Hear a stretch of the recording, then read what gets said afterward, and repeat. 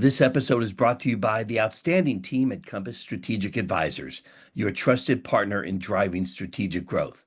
Whether it's expanding into new territories, launching products, rebranding, or hiring key staff and board members, they offer expert guidance every step of the way.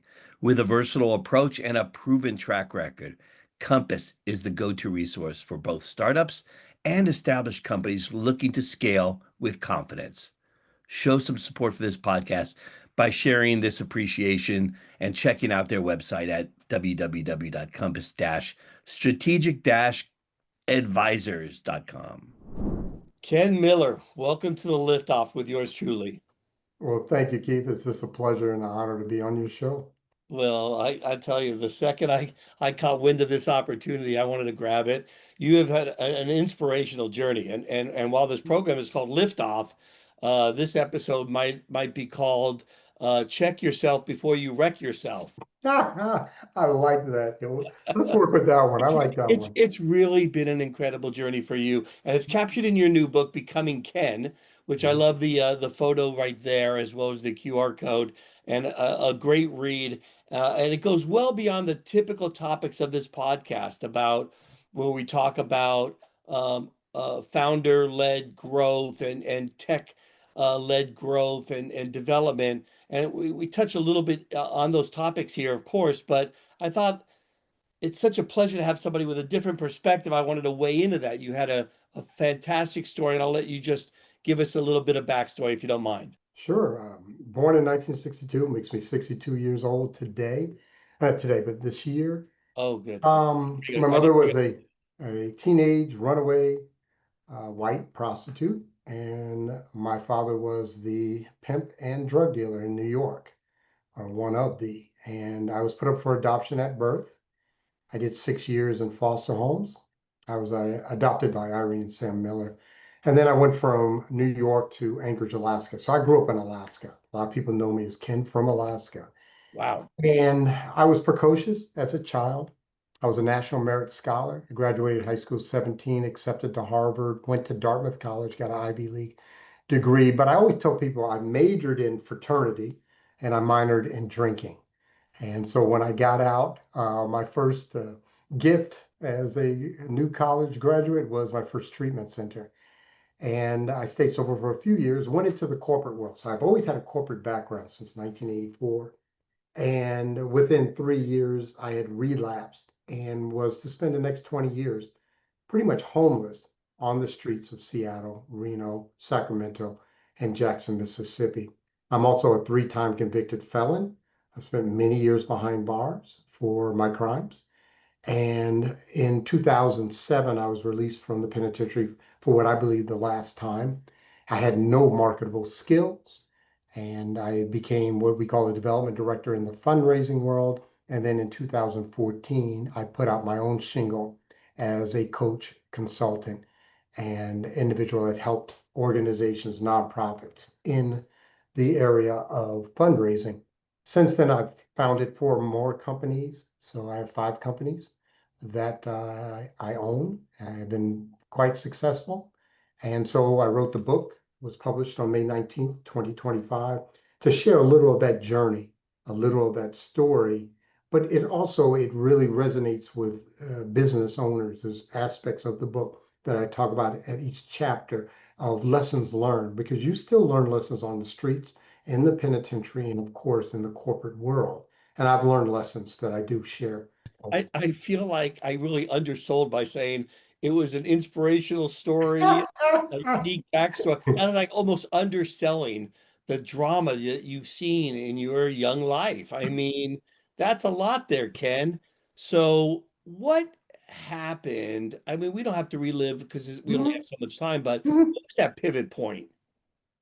The pivot point was September 22nd, 2004, when I woke up in a closet and my sole possessions I owned were a pair of shorts, no underwear, pair of shoes, no socks, a t-shirt, and that was it. That was my sole possessions I owned in the world. And I was arrested for selling a $10 rock of crack cocaine, and I was sentenced to 6 years in the penitentiary for that. And I was guaranteed my next felony, I would get 25 to life. And about a month into my jail sentence, as I'm getting ready to be sent to the penitentiary, I had a conversation with God and I listened and I pretty much followed his heed ever since. That was my pivot moment, was actually lying on that bunk and having a conversation with God. But the physical pivot moment was the day I was arrested. The day I was arrested, I just want to tell this real quick one. I'm waiting for literally what we call the paddy wagon. I'm waiting with other individuals that had been swept up off the streets, and I had tears running down my eyes. Tears. And the cop was worried, like, why are you crying? Why are you crying? And I told him I'm crying because I'm going to live. I can do prison. I've done it twice before, but I can't do the streets. I can't do me on being free out on the streets. I will die. And so it was Wow.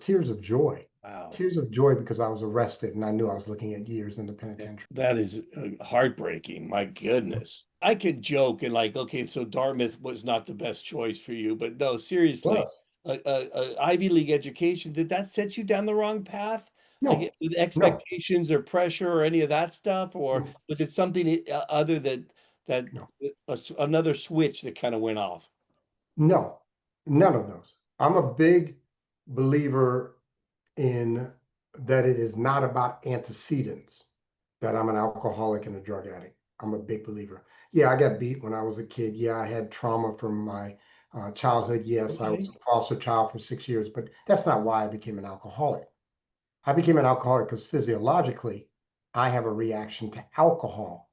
I had my first drink of October of 1980. I was a full-blown alcoholic by December of 1980, within 2 months of my first drink. I got you. Okay, so it wasn't the antecedents Yeah. that did that. It wasn't Dartmouth any way, shape, or form. Now it made it a lot easier that I can imbibe quite a bit of alcohol at that time because of the fraternity scene. But we all went to the fraternities. That's our social You outlet. accomplished so much at a young age, and you were on such a different trajectory, and then to see that trajectory completely disentangle and Mhm. follow that new one. And then the amazing part is that you're able to recover from that low and come back around. That's the hardest thing. That's so much more impressive to me than the success you had, getting into Harvard and getting those grades and accomplishing that task. Amazing. Nobody makes that recovery like that. Not nobody, but Rare, way too often. rare. It is It is very rare. very rare. To the level that I was, very rare. Addiction and homelessness, Yeah, which I mean, which I goes was a together, gentleman. I which panhandled. goes together far too often. Yeah, You rarely hear about people leaving that scenario and becoming business owners and business true. leaders. Yeah, millionaires, all that. Yeah, that's me. But the way I got there, again, it is rare. Rarely have we seen a person fail, who's thoroughly followed a path. I'm in the anonymous programs, and I understand that. But there are different levels of addiction and or alcoholism. Let's just call it addiction. And individuals that reach a certain level, they're only this far away from being a responsible member of society. When I got out of the penitentiary, I had 20 years behind me of this life. And so I didn't have skill sets that were going to be good in the corporate world or in the business world. And I also had what I call self-talk. I had dialogues internal that I dealt with the world to protect me. And I had to deal with those. There was a lot. There was still a journey from the day I stopped using. So I'm getting ready to celebrate 21 years on September 23rd. But from the day that just took out the alcohol and the drug. But how do I become emotionally mature? How do I become intellectually mature? How do I become spiritually mature? Those are all items I had to work on. I started working on them in the penitentiary, and then I continue to work on them.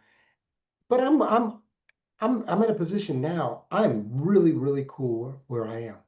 I'm Mhm. not working on Ken today. I'll be honest with you, I'm not. What Mhm. I'm doing is more giving it to others. That's what I'm. Let's talk about that, Ken. Okay, sure. You're so modest. Mhm. here's the thing. You're a mentor and Mhm. you bring with you such a powerful toolkit of a combination of experience and knowledge. Um, what's your process in terms of your mentorship Oh, with young leaders? okay. So I have a very explicit Yeah, process. I've been doing it for 15 years. I've worked with probably 50. First of all, mentoring is free. Just want to make sure people understand the difference between mentoring and good coaching. share. Good Coaching share. is an engagement, usually a fee-based engagement. I coach also in fundraising and other things. But so I mentor. I predominantly mentor, well, first of all, I only mentor men, and I predominantly mentor young Black men, okay, because I know that need in that community. But I have a very, very specific way I go about it. So the way I go about it very simply is in the first meeting, I sit down with the individual because individuals come to me from different avenues. People recommend, them to me, family members. Hey, would you speak to my nephew? My son, da, da, da, da. But first thing I say is, I introduce myself and I say, my one purpose in mentoring you is to engender dreams. What is your dream? And then I shut up. And and then also I usually, depending if they take a little time to answer that question, I'd say this: I give you permission to dream because many people have taken away permission to dream. Family members, Yeah, parents, so teachers. true. And so anyway, I do that. And then once that happens, we go through the process. And that's I'm going to give you information. I'm going to introduce you to people, and I'm going to support you emotionally. That's what I do. And it's open-ended. I've been mentoring the same gentlemen for 14, 15 years. We meet quarterly for 1 hour. My time is valuable. If I was to put a dollar amount, you would understand, but it's valuable. But Yeah. I give of the 10 gentlemen that I mentor today. At one point, I was doing 28 men, but I had to pare it down to 10 because I had a new company I was starting. And that's wild. So now as you reach into their souls and open Mhm, their minds, what's mhm. next? It's open. You've unlocked them. Now what else do you help foster? So there's a couple components of that. So one of the things that I tell them, I'm going to engender dreams. I'm going to do my best to help your dreams come true. So let's talk about the dream, the aspiration, the goal. We do that. Then I tell them, right, I'm very, very transparent because I tell them this, I don't want anything from you. Yeah. There's no monetary. All I want is for your success. Then the other thing that I say is in time, I will build trust with you because I have experience in doing this. I will build trust. And whatever you're comfortable sharing now, we'll share. And then in time, it'll grow. Then my thing is we do, so when I meet with them, this is so funny. I meet with them, we first start the meeting off every single time I meet with my mentors. And they'll start talking. I say, you know how we start? And they're like, oh yeah, tell me about a win. That's what they'll say a lot. And that's what I do. We start with a win. Nice. Because many times they're coming to me with a concern or a challenge. Problem. Yeah. Well, a problem. All right. And then we talk about that. And I'm a big one on definitions, whether Okay. I'm coaching or mentoring. What do you mean? Let's talk about let's define that word. What is pain? What is courage? What is integrity? And we talk about that because we need to get that fundamental. What is a problem? That's one of the key ones. Every man I've ever worked with, we talk about what is a problem. And I'm always challenging them. I'm Socratic. I'm always challenging them. Sentence completion, Socratic, antithesis. I'm always trying to get them to think because I think it's one of the greatest gifts we have is our ability to think. And Mhm. what I say to them, a problem very simply is a set of circumstances that seeks a solution. That's all a problem is. So let's talk about this set of circumstances and what solution are we seeking? Because I tell them 2 plus 2 is not a problem. That is a statement. 2 plus 2 equals is a problem because it's seeking the solution equals solution. And we go through that, talk about fear, and I spent a lot of time talking about pain. That's probably spend more time talking about pain, discomfort, setbacks than anything else.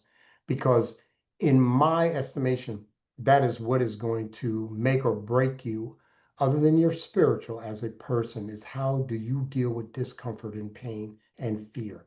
Because they're all connected. Is the idea toward helping them find a career path or just becoming, better souls? Oh, 100% better people.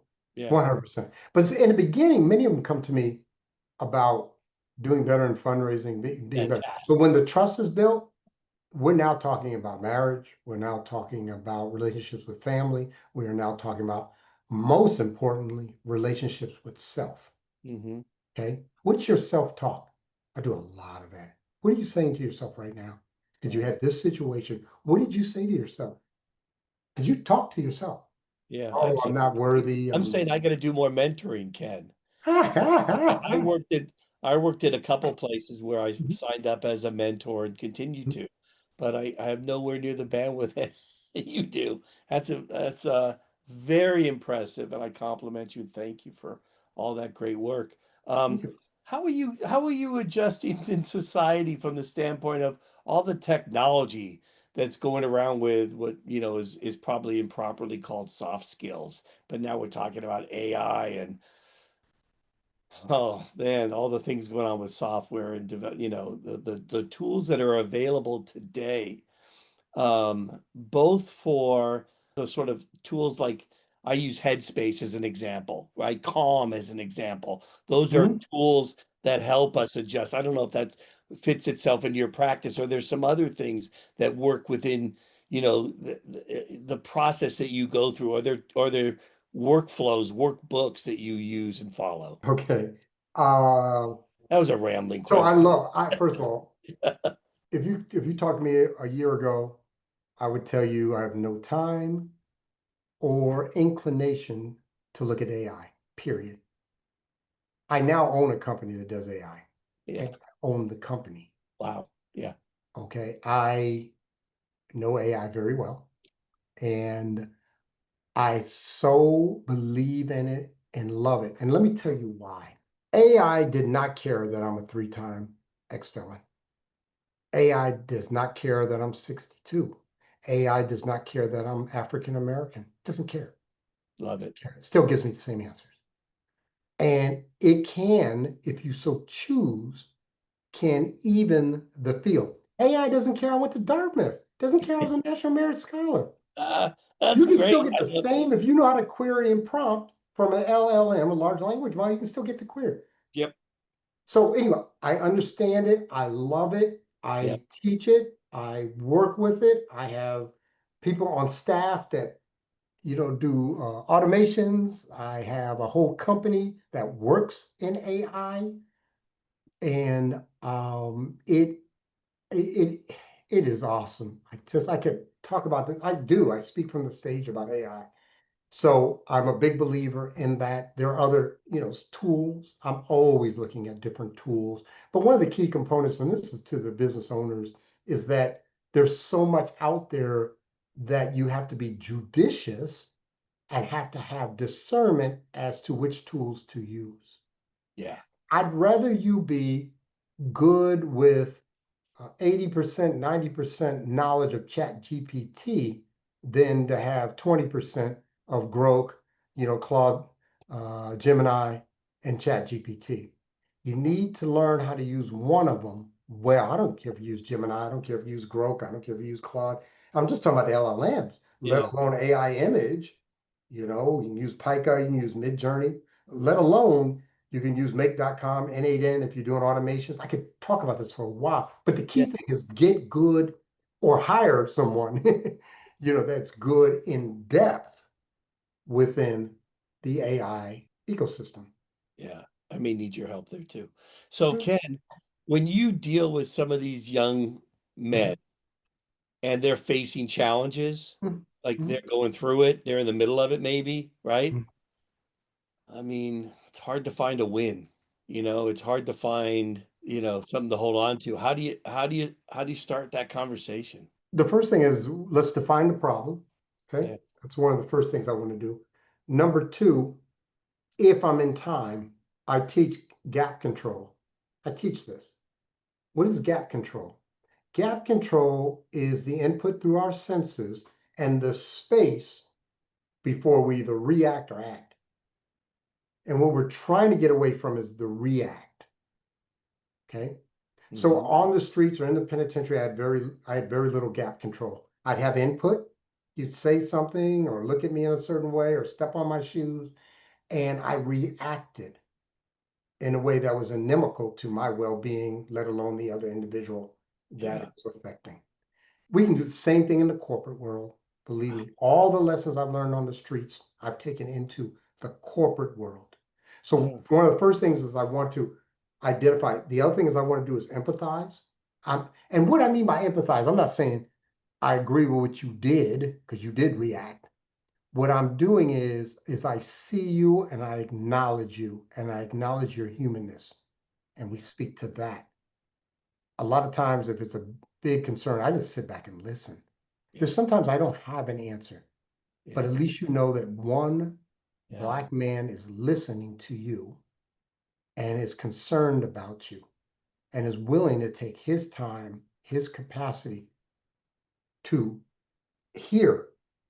Then, almost always, though, 99% of the time, let's say 95% of, I'll have a solution. I'll have a solution. And many times, all we're looking for is confirmation bias. We're looking for confirmation Right. because you have five different avenues you can go down, Right. and you don't know which one. Yeah. But because I have your best interest at heart, I am your best interest. Really, your best interests are God's best interest. So I'm always thinking about the surrounding community, your family, your wife, whatever, when you're making this decision. Anyway, I could go on again more, but that's what I do. And then I always use the thing, this is my suggestion. I'll This, tell you what, if people aren't signed up for this book right now, I'm shocked.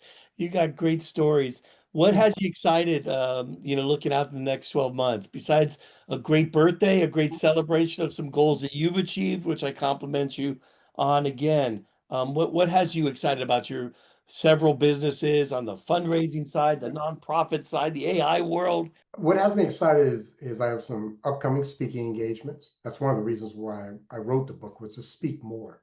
Yeah. And they're just like my calling card. That's number Yeah. one. Number two, I have growing my AI company. It's called Evolution. And what I do have is offshore virtual assistants that are literally trained in AI and how to use AI platforms. So I'm growing that and it is growing. The other one, I have a new book coming out with Dr. Will Moreland that is going to be on respect, literally the word respect. Nice. And that one's coming out. Then I have another book on fundraising that's coming out Yep. this year.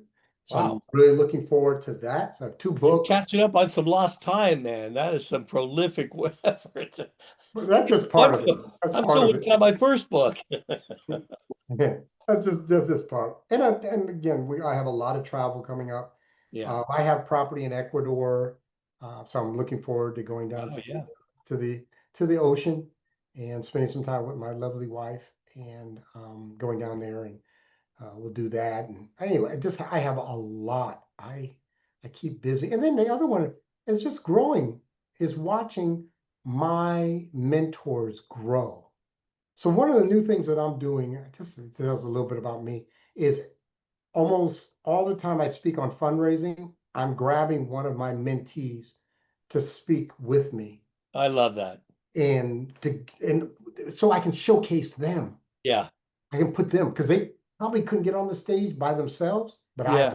they can Ken, come I'm on gonna with me. I'm gonna make sure I share this with a few special people that I know in the community that Appreciate it. yeah, no, no, no, my pleasure. This is great. I got to wrap this up, but Okay. any other messages that you want to share? I know we covered a lot wide, but we didn't get into much depth, but that's what the book is for. That's what deeper conversations are all about.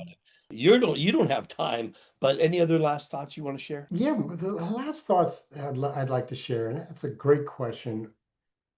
I just want people to believe in themselves. Just if you can come away with anything, you've seen where I've been, where I am today. And I like me. I love me. I'm good people. I know that. I'm a kind and gentle man. I know that. I've proven that over the last 20 years. And the other thing is, if for any reason you want to reach out to me, Ken Miller 84 is my LinkedIn. The website's right up there, kenmillerspeaks.com. You can leave a message, and I get back. I only have one phone number. I've had it for 20 years. I get back to people. I'm not afraid of any human being. And that's a beautiful place to be. I have no fear. I have no resentment toward any living or dead human being. And my blessings are so manifold that I just want to give it back. So if something that's interested you in this conversation, and again, Keith, thank you for Can allowing me to be on your we platform. we You have go a great one. we go through life in such a fast-paced, rush, hurry that it's great to have these conversations. They help ground us and maybe recenter, maybe refocus. Who knows? Again, it's moving fast, spinning on its axis as it does. But I know for one thing, I sure appreciate the time. I really enjoyed the conversation. Thank you. Thank you. And best of luck.